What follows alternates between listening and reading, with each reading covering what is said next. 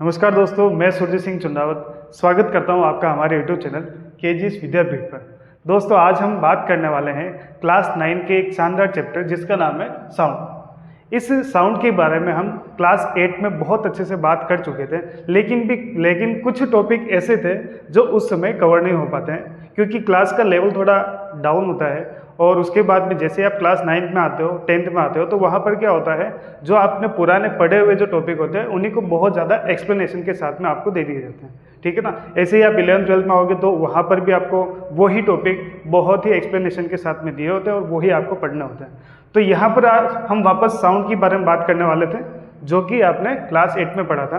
वहाँ पर आपने क्लास 8 में आपने साउंड के बारे में हल्की हल्की सी एक हाईलाइट आपको पता चल गई थी कि साउंड जो होता है, साउंड का प्रोपेगेशन कैसे होता है या फिर प्रोड्यूस होने का क्या तरीका होता है, कैसे प्रोड्यूस होता है, उन सब के बारे में आपने क्लास 8 में बात करी थी। लेकिन क्लास 9th में आप क्या बात करोगे, आप बात करोगे इसके प्रोपेगेशन के बारे में। साथ में ही अगर ये वेव जो है साउंड वेव जो होती है एक लॉन्गिट्यूडनल वेव्स होती है, क्योंकि आप अगर वेव्स के बारे में अगर थोड़ा बहुत अगर आप जानते हो तो वहाँ पर जो हमारी मैकेनिकल वेव होती है वो दो टाइप की होती है, एक तो होती है लॉन्गिट्यूडनल, एक होती है ट्रांसवर्स। तो जो हमारी जो साउंड जो है वो एक साउंड वेव एक लॉन्गिट्यूडनल वेव होती है।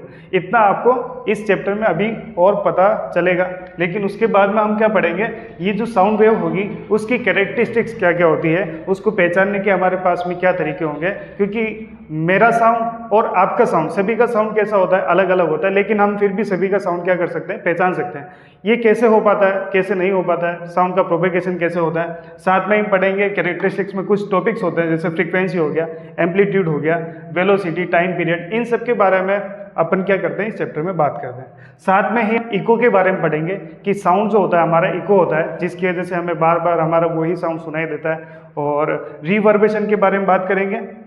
उसके बाद में हमारा जो साउंड जो होता है वो रिफ्लेक्शन होता है, यहाँ इको में भी रिफ्लेक्ट होगा, रिवर्बेशन में भी होगा।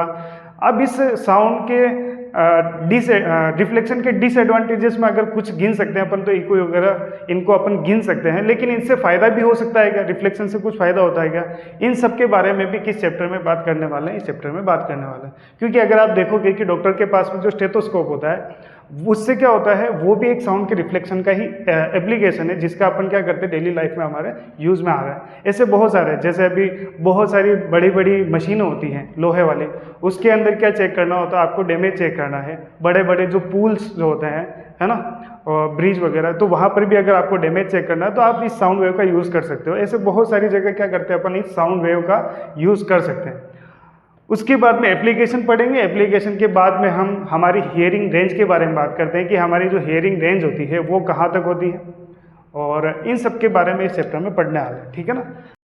तो स्टार्ट करते हैं हम सबसे पहले इंट्रोडक्शन से कि साउंड होती क्या है। बेसिकली हम ये जानते हैं कि जो हमने लाइट के बारे में पढ़ा था क्लास 8 में ही, तो वहाँ पर आपने क्या पढ़ा था, जो हमारी लाइट जो होती है, लाइट एक एनर्जी की फॉर्म होती है।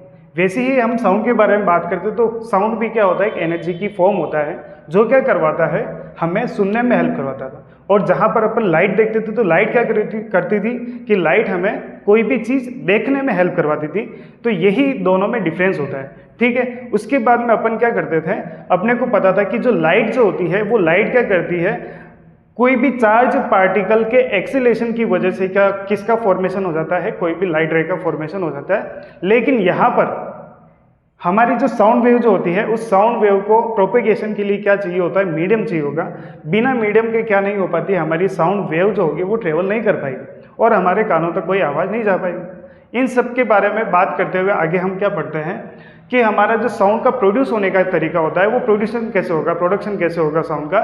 तो साउंड का प्रोड्यूस होने का ये तरीका होता है कि हमारे पास में कोई भी दो लेयर है, उन दोनों लेयर के टकराने की वजह से हमारे आसपास में जो भी पार्टिकल्स होते हैं वो पार्टिकल्स में क्या होंगे, वाइब्रेशंस होते हैं। वो वाइब्रेशन की वजह से क्या बनते हैं, रेयर फ्रैक्शन होंगे, कंप्रेशन होंगे। ये सब तरीके से क्या होगा, हमारा जो साउंड जो होगा एक पॉइंट से दूसरे पॉइंट तक जा पाता है। इन सब चीज़ों के बारे में आगे और जानने के लिए हम क्या करेंगे, प्रोपेगेशन ऑफ साउंड पढ़ेंगे, जो अपन कहाँ देखेंगे अपन नेक्स्ट वीडियो में।